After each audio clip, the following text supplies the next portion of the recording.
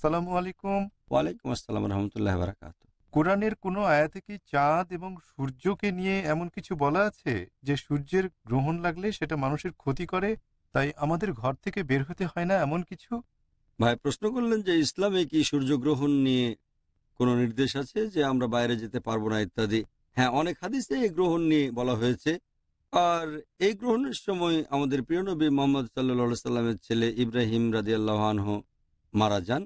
তাই সবাই বলে যে এই সূর্যগ্রহণের সময় নবীর ছেলে মারা গেছে, তাই সূর্যগ্রহণের একটা প্রভাব আছে। তখন নবী বললেন যে সূর্য এবং চন্দ্র আল্লাহ সুবহানাহু ওয়া তাআলার নিদর্শন। কোরআনের বিভিন্ন জায়গায় এটা উল্লেখ আছে, চন্দ্র এবং সূর্য আল্লাহ সুবহানাহু ওয়া তাআলার নিদর্শন, কোনো মানুষের কারণে এতে গ্রহণ লাগতে পারে না।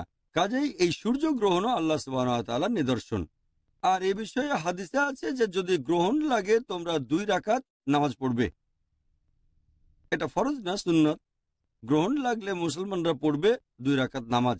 আর হাদিসে বলা হয়েছে এর কারণ সাবধান থাকতে হবে আমাদের, কারণ বর্তমানে বিজ্ঞানের বদৌলতে আমরা জানতে পেরেছি যে সূর্যগ্রহণের সময় খোলা চোখে সেদিকে তাকালে আমাদের চোখ নষ্ট হয়ে যেতে পারে। কাজে বের না হওয়ার এটাই কারণ। তবে মুসলমান হিসেবে সবার 2 রাকাত নামাজ পড়া উচিত, আর এটা সুন্নত নামাজ।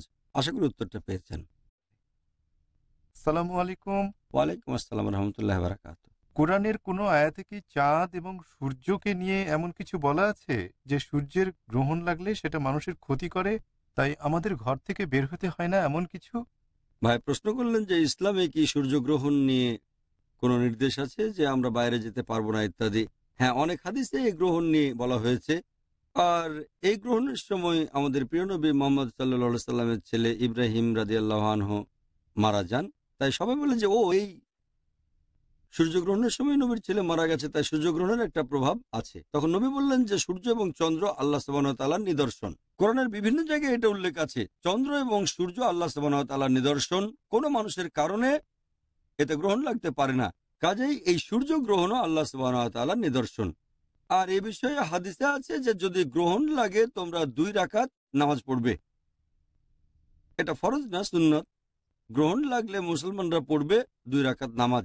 আর হাদিসে বলা হয়েছে এর কারণ সাবধান থাকতে হবে আমাদের, কারণ বর্তমানে বিজ্ঞানের বদৌলতে আমরা জানতে পেরেছি যে সূর্যগ্রহণের সময় খোলা চোখে সেদিকে তাকালে আমাদের চোখ নষ্ট হয়ে যেতে পারে। কাজে বের না হওয়ার এটাই কারণ। তবে মুসলমান হিসেবে সবার 2 রাকাত নামাজ পড়া উচিত, আর এটা সুন্নত নামাজ।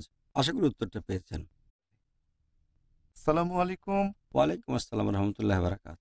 কোরআনের কোনো আয়াতে কি চাঁদ এবং সূর্যকে নিয়ে এমন কিছু বলা আছে যে সূর্যের গ্রহণ লাগলে সেটা মানুষের ক্ষতি করে, তাই আমাদের ঘর থেকে বের হতে হয় না এমন কিছু?